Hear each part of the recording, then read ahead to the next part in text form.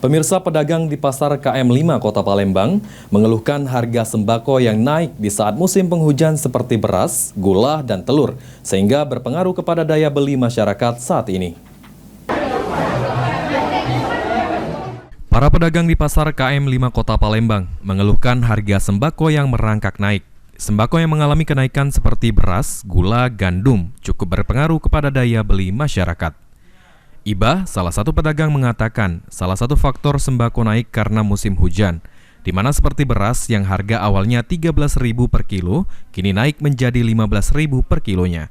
Lalu gula dari harga Rp14.000 per kilo sekarang naik menjadi Rp17.000 per kilonya. Untuk sembako pada musim hujan ini apakah ada kenaikan? Pokoknya melonjak galau, naik galau. Yang pertama sekali sembako deh. Nah, ini beras, bahan utamanya beras.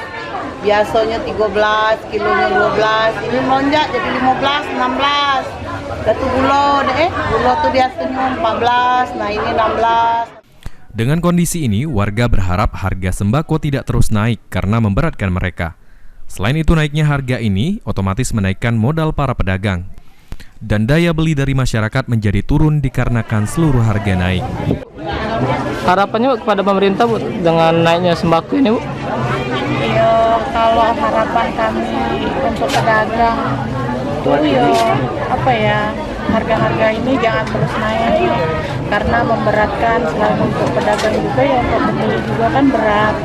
Kalau kami pedagang tuh yang pasti modalnya nambah, penjualan turun.